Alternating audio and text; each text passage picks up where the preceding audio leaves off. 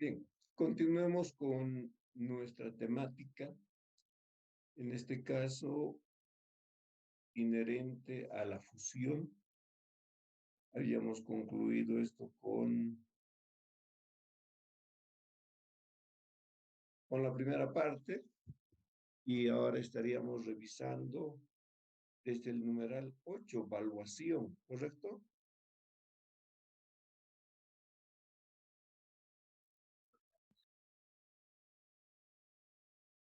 Rosvania, ¿estamos bien?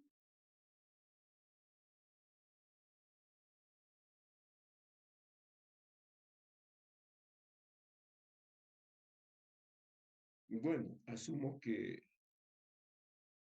debemos estar así.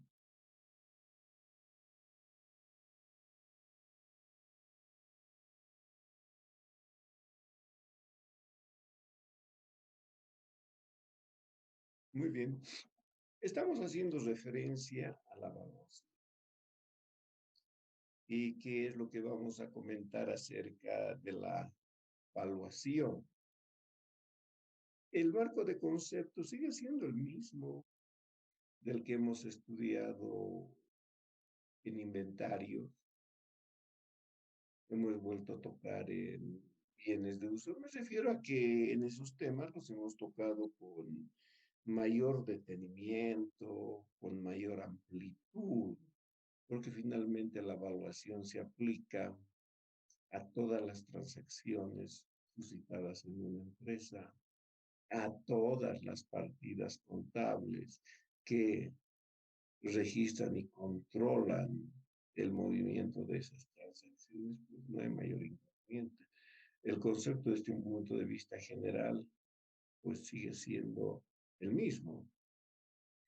Y en ese entendido dijimos que la evaluación es un procedimiento contable.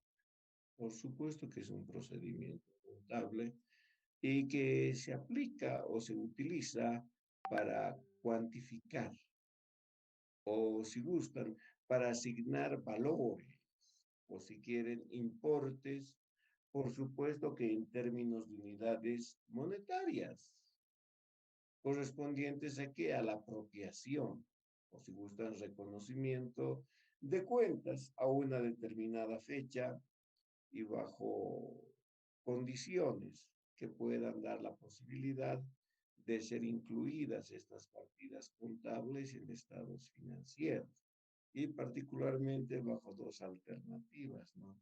Que las podamos reconocer como cuentas de balance o las podemos reconocer como cuentas de resultado. Por tanto, en el caso de la fusión, estamos haciendo referencia a dos métodos o dos metodologías de evaluación. La relacionada con el valor en línea y la otra relacionada con el valor por grado de realización. Cuando nosotros hacemos referencia al valor en libros, ¿qué es lo que decimos? Y acá tienen ustedes como el equivalente en términos de unidades monetarias, por supuesto, que corresponde a una o a todas las cuentas que se exponen en sus registros de mayor y que por supuesto estos valores son presentados en estados financieros. Sí. Ahora, ¿cómo es que llegamos a esos valores en estados financieros?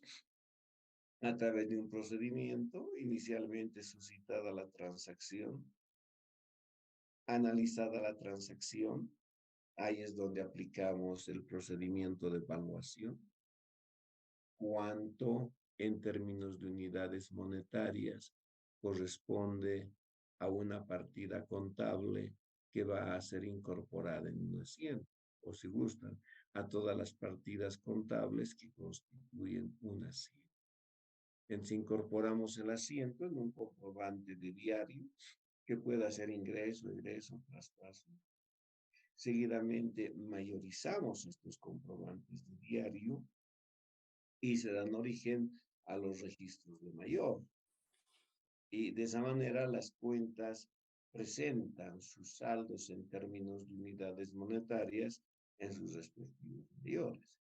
Y estos saldos que tenemos en registros de mayor son los que los presentamos en estados financieros, ya sea balance general o estado de resultados. Alguien dirá, y el estado de evolución y el estado de flujo son las mismas partidas contables normalmente que constituyen esos estados financieros. Muy bien. Entonces, sí, de ahí que viene ese término de al valor en libros, porque esos valores en términos de unidades monetarias están en los registros de mayor de cada una de las cuentas que apropia una empresa. Y soy reiterativo, y se exponen en estados financieros. Por tanto, podemos trabajar el proceso de fusión al valor en libros. Sí, no hay ningún inconveniente. Podemos trabajar al valor en libros. Entonces, tal cual habíamos comentado en la transformación, el querer utilizar esta evaluación implica respetar los saldos de estas partidas contables que se exponen en estados financieros, como consecuencia de haberse cumplido con un proceso y las mismas partidas contables presenten los mismos saldos, pero en sus respectivos libros. Entonces implica que estos saldos se los respeta, se los mantiene. Y de esa manera es que no se precisa, no se necesita realizar ningún ajuste bajo ningún punto de vista. Entonces se trabaja directamente con valores que se presentan en estados financieros. Ese procedimiento hemos aplicado en la transformación y dijimos, aplicamos en la transformación porque normalmente se quedan los inversionistas. El segundo, es la misma empresa y lo único que se está haciendo es cambiar su organización jurídica, nada más. Cambiar de una sociedad colectiva a una sociedad de responsabilidad limitada o de una sociedad de responsabilidad limitada, ejemplo, a una anónima, sí. Por tanto, no hay ningún. Y de esa manera que nosotros, y bajo esas condiciones, habíamos recomendado de que se trabaje al valor del libro. Pero sin embargo, también hemos comentado en esa oportunidad el valor por grado de realización.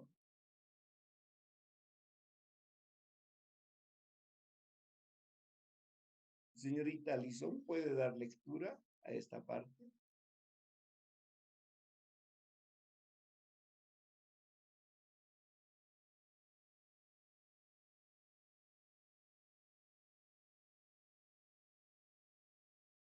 ¿No está la señorita Alison?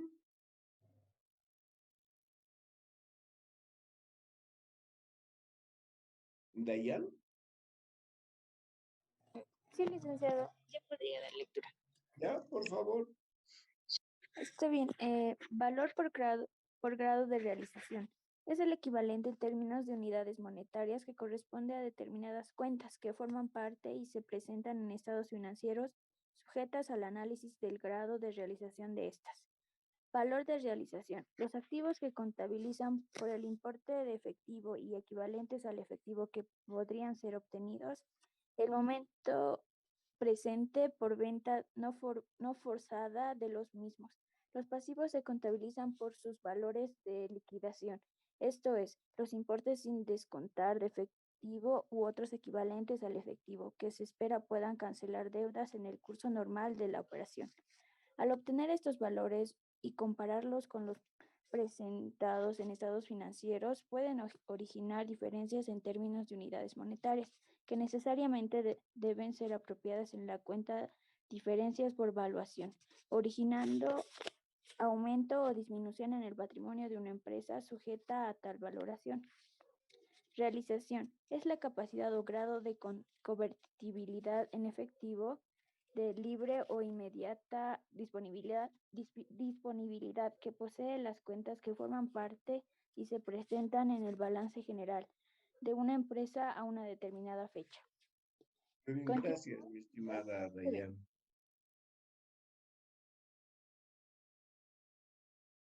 Bien, vayamos con esta otra parte, la última, realización. Y esta partida, este término técnico hemos venido utilizando varias veces, realización. Realización como la capacidad o el grado de convertibilidad que tienen estas partidas contables al eje, y convertirse en efectivo o si gustan equivalentes de efectivo.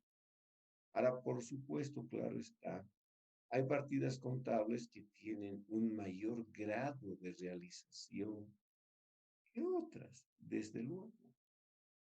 Y ustedes se han debido preguntar, o si no se preguntarán ahora, ¿por qué cuando preparamos balance general empezamos por las disponibilidades, o si gustan el disponible, ¿no? Balance general activo, el subgrupo disponible o disponibilidades, donde se incluyen partidas contables como Caja, Banco La Paz, Sociedad Anónima, Banco Santa Cruz, Sociedad Anónima, etcétera.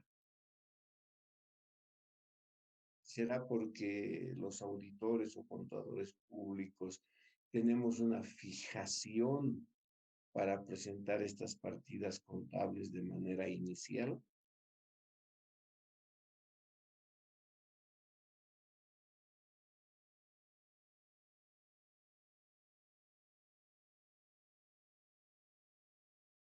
Bien, si ustedes en este momento establecen una estructura de balance y vayamos a tomar como ejemplo el activo y en función a este concepto, más o menos tendría la semejanza a una pirámide o un triángulo. Y en la parte superior estaríamos incorporando nosotros las disponibilidades representadas por las cuentas de caja y, ejemplo, Banco La Paz, Sociedad Anónima, Sociedad Anónima. Simple y llanamente porque son cuentas que registran y controlan el movimiento de efectivo, de un efectivo libre de restricciones, de un efectivo de inmediata disponibilidad de la empresa para poder coberturar transacciones con actividades de operación, actividades de inversión o actividades de financiación, por supuesto. Entonces, el máximo exponente que nosotros tenemos y bajo esa condicionante en balance son las disponibilidades. Ahora, después de las disponibilidades, comenzamos a presentar otros subgrupos de cuentas que su capacidad o grado de realización va disminuyendo. Y en la medida que vamos preparando el balance y presentando partidas del activo, estos subgrupos van teniendo un menor grado de realización, menores posibilidades de convertirse en efectivo de libre e inmediata disponibilidad. Entonces, de esa manera que presentamos el efectivo, las cuentas por cobrar, los inventarios, pagos anticipados, bienes de uso, diferido, intangible, sí. Y esas partidas contables que forman parte de esos subgrupos, pues tienen un menor grado de convertibilidad o menor capacidad para convertirse en efectivo. Esa es la situación. Y lo mismo en el pasivo, ¿no? Presentamos las obligaciones que van a ser honradas en función a sus fechas y plazos de vencimiento. Por supuesto que sí. Entonces, ¿para qué aplicamos este valor por grado de realización? Ya sabemos en qué consiste la realización. Valor el equivalente en términos de unidades monetarias que corresponde a una partida contable bajo ciertas condiciones técnicas, por supuesto. Entonces, este valor por grado de realización, pues hace referencia a que los activos se contabilizan por el equivalente en efectivo o por otros medios líquidos del efectivo que la empresa desembolsa o puede comprometerse cuando está trabajando sobre la base del devengado, ¿no? Cuando es algo crediticio, ¿no? Y que por supuesto este efectivo es el que da origen, es un cambio, ¿no? Del efectivo por un bien de uso, del efectivo por una inversión, acciones en empresas, bonos de empresas, etcétera, de un cambio del efectivo por muebles, por computadoras, etcétera. Sí, bajo esa condicionante y por eso dice que los activos se contabilizan por el importe del efectivo, el importe en términos de unidades monetarias del efectivo, ¿no? Y que por supuesto en el momento presente cuando se está realizando aquello, ¿no es verdad? Y que se pueda dar por una venta o se pueda dar también por algo que no estaba preestablecido en función de un activo. Claro que sí. Entonces, bajo esa condicionante, cuando se realiza una operación, que no es nada más que un procedimiento contable de fusión, es que también podemos aplicar el valor por grado de realización. Es decir, establecer el valor en términos de unidades monetarias que corresponden a partidas tanto de activo como de pasivo de uno. Ahora, desde luego, para que nosotros podamos establecer este valor, necesariamente se tiene que hacer un análisis. Ejemplo, cuentas por cobrar. Cuentas por cobrar, balance presenta, por decirles 1.000.000 de dólares. Pero es una simple denominación de un conjunto de cuentas y un valor.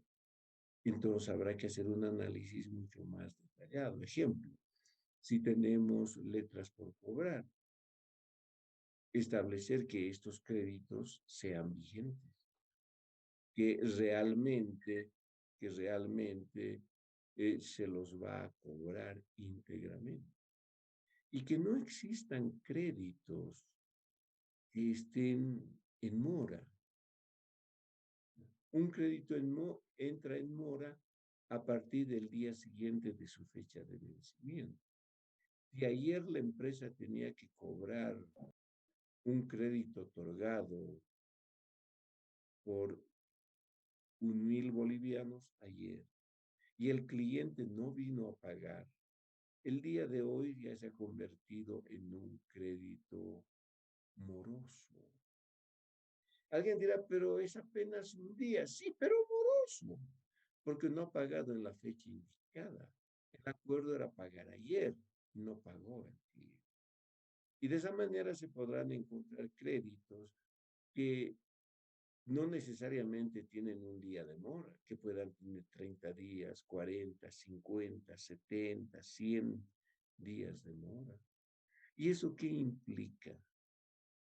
Que en la medida en que un crédito tenga una mayor mora, pues la posibilidad de recuperación es menor. Porque si el cliente tenía o tiene los recursos suficientes, pues cancela la empresa.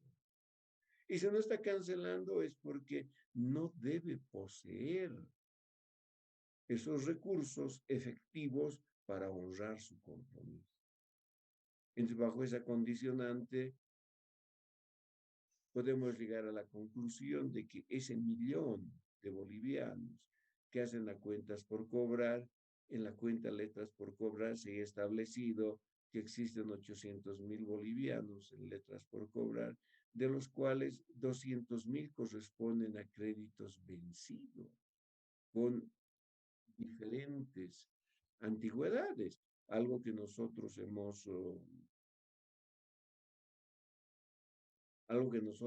revisado esto en contabilidad intermedia cuando veíamos la previsión para cuentas incobrables, previsión por el cociente de incobrabilidad, previsión por la mora o antigüedad de saldos de las partidas contables, ¿correcto? Entonces, bajo esa condicionante, decir que se tienen cuentas por cobrar por 1 millón y que estas van a ser realizadas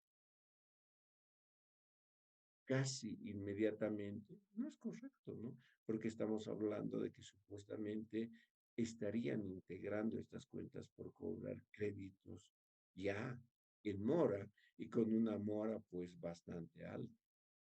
O si ingresamos nosotros a un análisis de inventarios y nos diga, aquí en inventarios existen 5 millones de bolivianos. Pues bien, muy bien, pero debemos ingresar a los almacenes y realizar una verificación física. Y tal vez vayamos a encontrar de que de esos 5 millones, 800.000 bolivianos corresponden a inventarios de años pasados. Es decir, productos, o si gustan, mercaderías que posee y controla la empresa, que no están teniendo aceptación en el mercado. Y la pregunta es, si no tienen aceptación en mercado, ¿su grado de realización es alto o bajo? Por supuesto que su grado de realización es bajo. ¿Por qué? Porque no tiene la debida aceptación ese producto en mercado. Entonces, decir que los 5 millones representan productos que realmente van a ser vendidos en el transcurso del año, no es correcto, porque dijimos nosotros 800.000 bolivianos corresponden a productos pasados, productos que no tienen un acceso directo en el mercado debido a que tal vez estamos en verano y son prendas de vestir de invierno, o estamos en invierno y son prendas de vestir de verano. Bueno, o que esas mercaderías corresponden no al año, sino a hace 2 años de antigüedad que tienen las mismas. Entonces, bajo esa condicionante, decir que los 5 millones van a tener una realización en el transcurso del año, no, no es correcto, ¿no? Porque 800.000 bolivianos ya están necesariamente identificados como productos que no tienen la preferencia de mercado. O querer ingresar a los bienes de uso, establecer qué producto, perdón, qué clase de recursos posee la empresa. Muebles que ya tienen 9 años, 10 años de prestación de servicio, movilidades que han llegado a su 5.º año de prestación de servicios. Sí. Ahora, por supuesto, claro está que un mueble que ha trabajado 10 años, una movilidad que ha prestado servicios 5 años, pues su valor es el equivalente a un boliviano. Entonces, lo que corresponde es efectuar una revalorización técnica. Entonces, sería ilógico decir que en bienes de uso existen 10 movilidades, cada una con valor de un boliviano que alcanzan al valor de 10, ¿no? Porque si revalorizamos, no llegarán a 10 bolivianos, tal vez llegarán a 500.000, 700.000, 800.000 bolivianos, que nosotros vamos a acceder a esa información a través del informe del perito evaluador. Entonces, de esa manera es que necesariamente se realiza un análisis de las partidas del activo, como también del pasivo, ¿no? Porque en el pasivo podemos encontrar obligaciones pendientes de pago de hace bastante tiempo, que debiendo haber pagado obligaciones hace 15 días, esas obligaciones están pendientes desde hace 3 meses, 6 meses, 9 meses, ¿correcto? Entonces existe una mora en la coberturación de obligaciones de una empresa. Entonces, por tanto, hablar bajo esas condiciones o que se pueda dar la situación de que existen pasivos omitidos,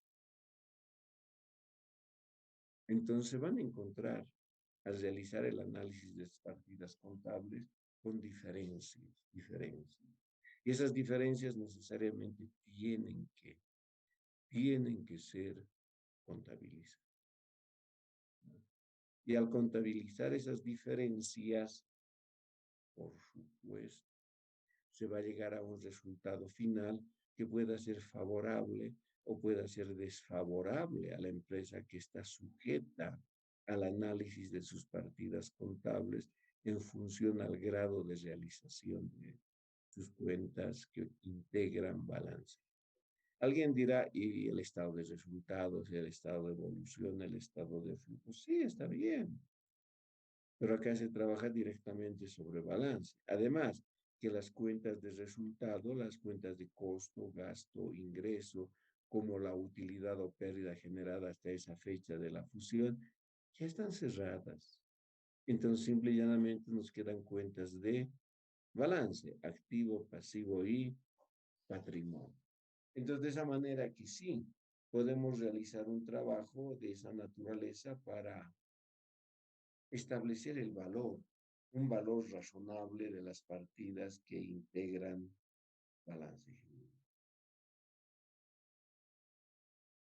En cuanto al procedimiento, dijimos que la fusión también es un procedimiento porque se deben agotar fases del mismo. Y en ese entendido, una primera fase es la preparación de estados financieros. Y cuando digo estados financieros, pues es el conjunto completo. Es decir, balance general, estado de resultados, estado de evolución del patrimonio, estado de flujos de efectivo y notas a los estados. Y esos estados financieros preparados como normalmente prepara la empresa, ¿no? En cumplimiento de normas de contabilidad y también aplicando disposiciones legales, desde luego. Son estados financieros como normalmente prepara una empresa, ya sea para el pago de sus impuestos, ejemplo, o como en este caso, para realizar una fusión, ya sea por absorción o incorporación, o directamente pueda ser por integración. No hay mayor inconveniente de eso. Un segundo elemento es el relacionado a que se debe proceder, bueno, se sobreentiende que ya están cerradas las cuentas de costo, de gasto, de ingreso, se ha incorporado la utilidad o la pérdida hasta esa fecha.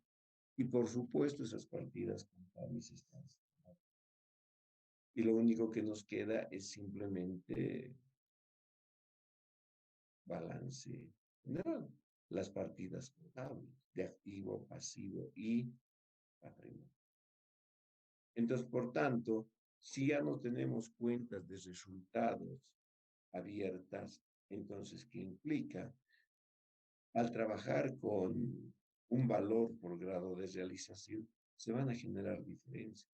Entonces, estas diferencias tienen que ser contabilizadas en la cuenta diferencias por evaluación, o si gustan en la cuenta diferencias por fusión, no hay ningún inconveniente. El título de la partida contable es forma, Fondo es las transacciones, los efectos de esas transacciones que se están contabilizando en dicha partida contable. Y desde luego, el resultado final puede ser que esta partida presente saldo deudor o presente saldo acreedor.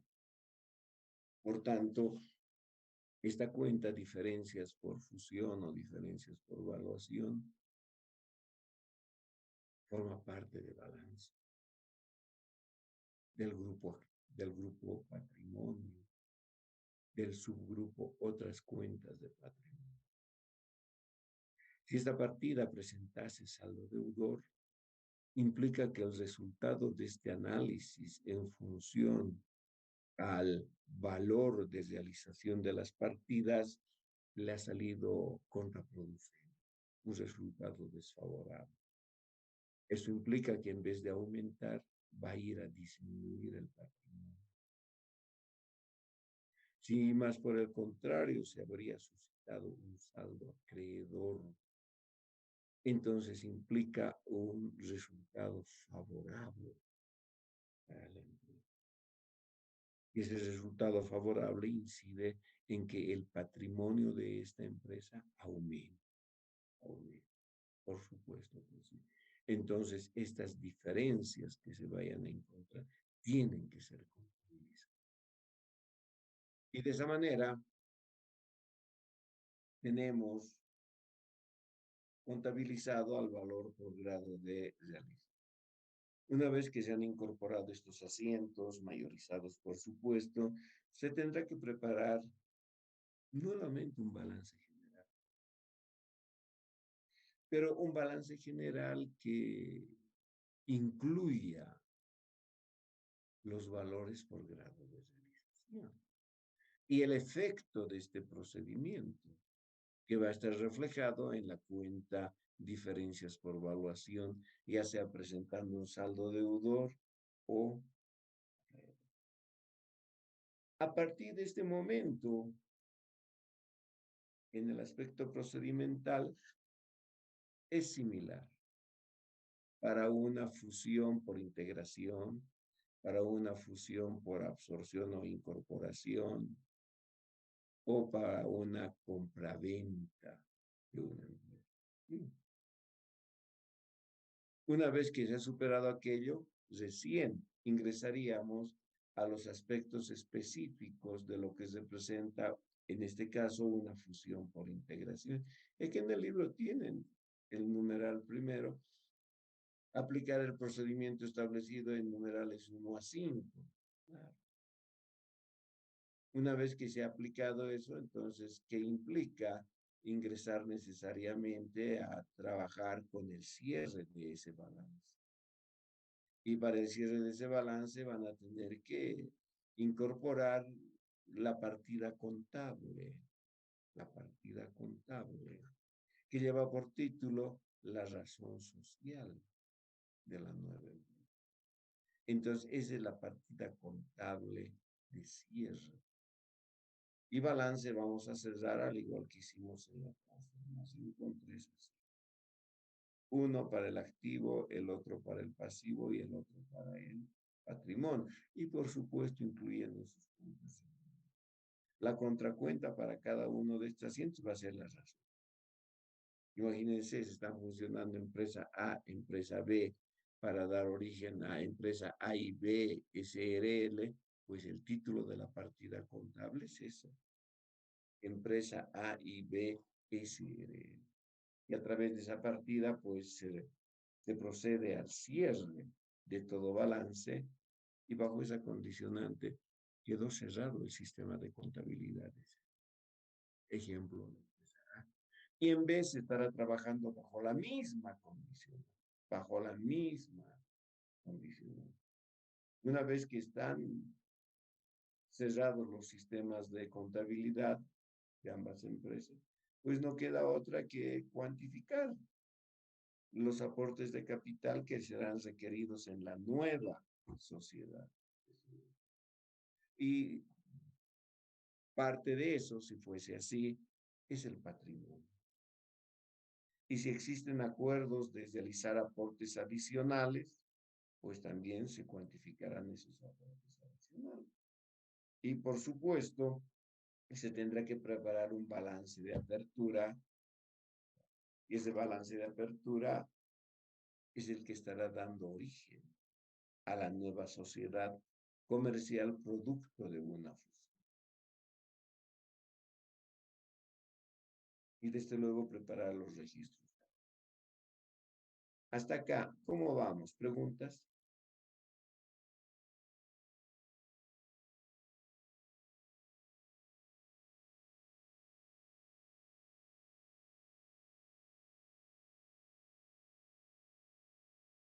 Muy bien. Acá tiene la fusión por absorción o incorporación, donde lo que habíamos comentado anteriormente para la fusión por integración se debe cumplir con el mismo proceso. Y específicamente si se tiene que trabajar en función al cierre también de las cuentas de balance. No hay mayor inconveniente, pero bajo la condicionante de que al cerrarse estas cuentas de balance, la empresa va a ser incorporada. Entonces implica que hay una pérdida de personería jurídica.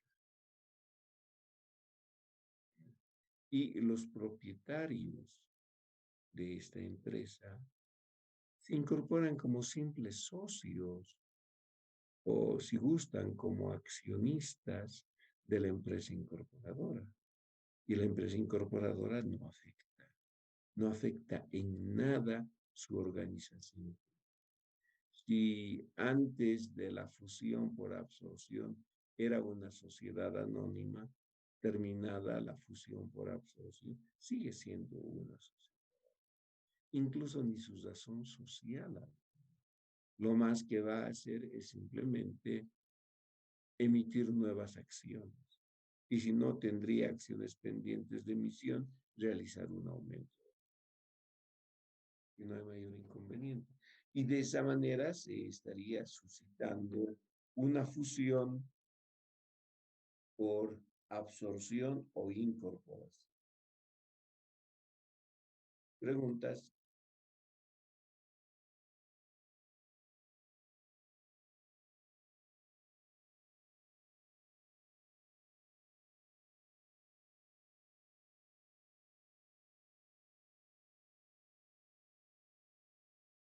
No hay ningún inconveniente.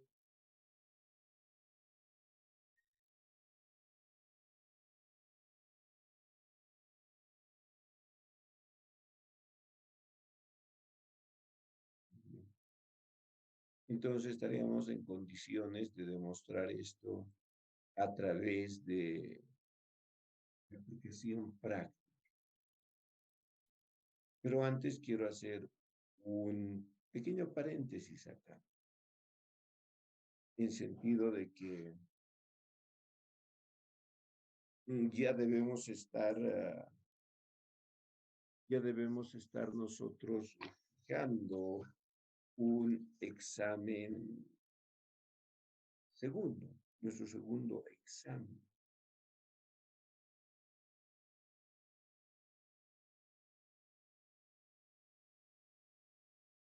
¿Qué dicen?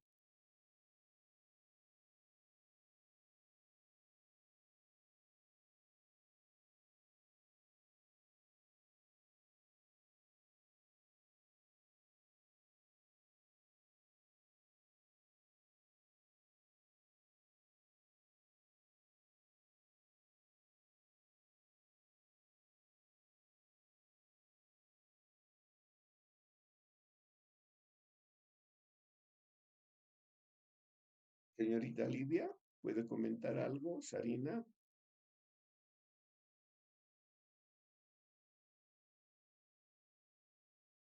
Licenciado, ¿cuándo sería la fecha? ¿quién me está hablando?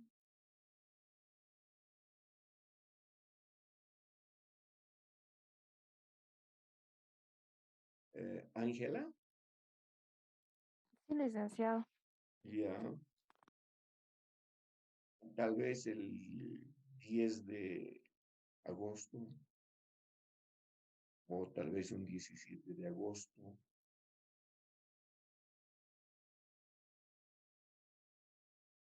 El 17, licenciado. Podría ser el 17 de agosto, ¿no? Miércoles 17 de agosto, sí. Y la temática que nosotros tendríamos sujeta a evaluación. En el anterior examen solo hemos llegado a colectivas, mi estimada Ruth. Hasta colectivas fue nuestro examen.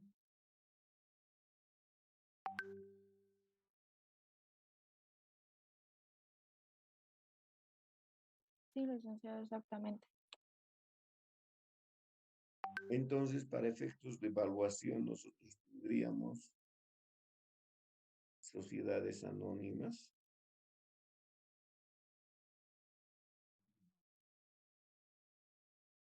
agencias, sucursales, casa central. Tendríamos asociaciones accidentales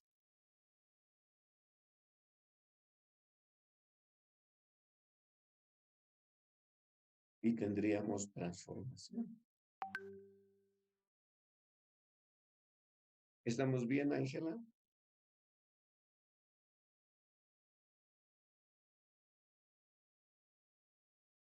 Esas serían las sociedades a efecto de evaluación, sociedades, pero una sola sociedad, sociedades anónimas. ¿Sí? Agencias, sucursales, casa central, asociaciones accidentales y transformación. ¿Estamos bien? Está bien, licenciado. Yeah. Ahora,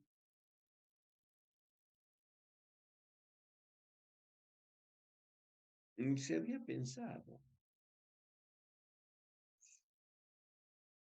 no trabajar de manera presencial, pero en este momento tenemos una escalada de la quinta ola y creo que tomar examen la próxima semana de manera presencial o el 17 de agosto de manera presencial sería riesgoso, sería riesgoso.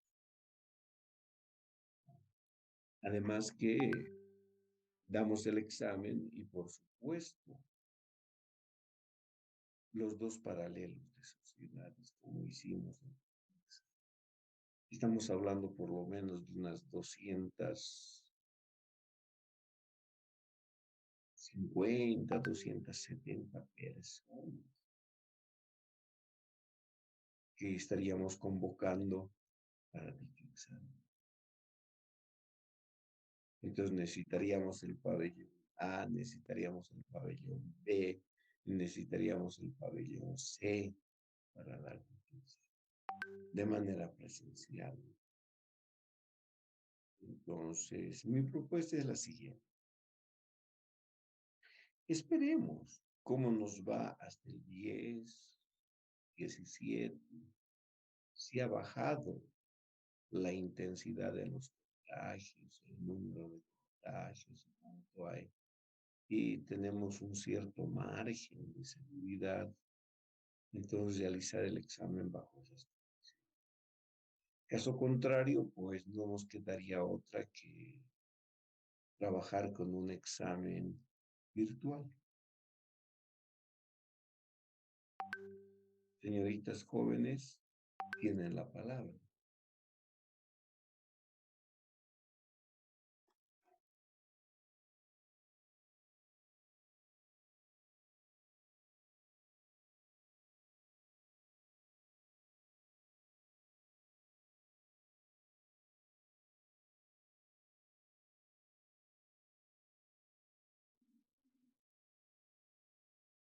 Licenciado, eh, entonces las fechas 10 o 17 de agosto no son fechas confirmadas del examen, sino son Mm, fechas tentativas.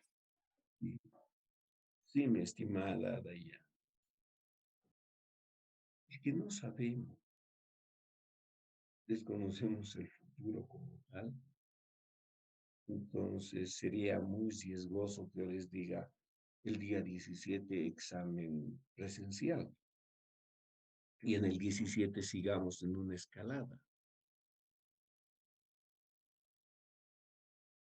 Porque si eso está bajo esa condicionante, pues no nos va a quedar otra que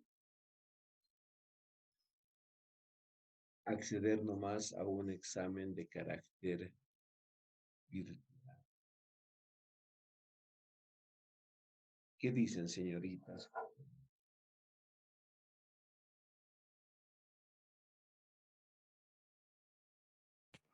Buenas tardes, licenciado. Oh, don Alfredo, después de 500 años. Sí, licenciado. Estaba hablando sobre el examen presencial. No, sí, ¿no? Y en mi caso estaría bien que sea virtual, licenciado. Ya, Hablo por mí. Y si va a ser de forma presencial, entonces estaríamos esperando un poco más de tiempo, ¿a eso se refiere? claro, claro. Porque imagínense en plena escalada de la ola de contagios, el riesgo que asumimos es alto y no por recibir una evaluación vamos a poner en riesgo a una gran cantidad de estudiantes. No, yo por lo menos no estoy de acuerdo en eso. Más vale precautelar la salud de las personas. Y si es así, pues no nos queda otra que conformarnos con una evaluación virtual.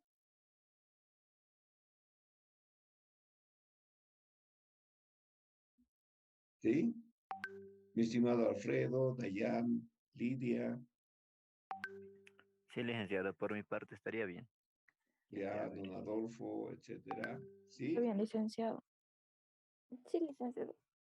Ya, veremos eso. Pero ya que estén tentativamente echadas nuestras fechas y la temática sujeta a evaluación. ¿De acuerdo? Sí, licenciado, no se preocupe. Ya, muy bien. Estamos con un buen nivel de avance de materia en cuanto a tiempos y cuánto hay. No creo que tengamos mayor inconveniente en que terminemos nuestro contenido temático. Estaba haciendo una proyección de temas y sí, podríamos alcanzar a ver lo que es comanditarias, ¿no? Muy bien. Entonces, señoritas jóvenes, dejaremos ahí, ya no tenemos mucho tiempo, y el día miércoles trabajaremos con la parte práctica de lo que se presenta una fusión. Nos encontraremos en nuestra siguiente sesión. ¿Vamos? Bien, señoritas jóvenes, que les vaya bien. Hasta luego, licenciado. Hasta luego, licenciado. Señoritas jóvenes, hasta luego.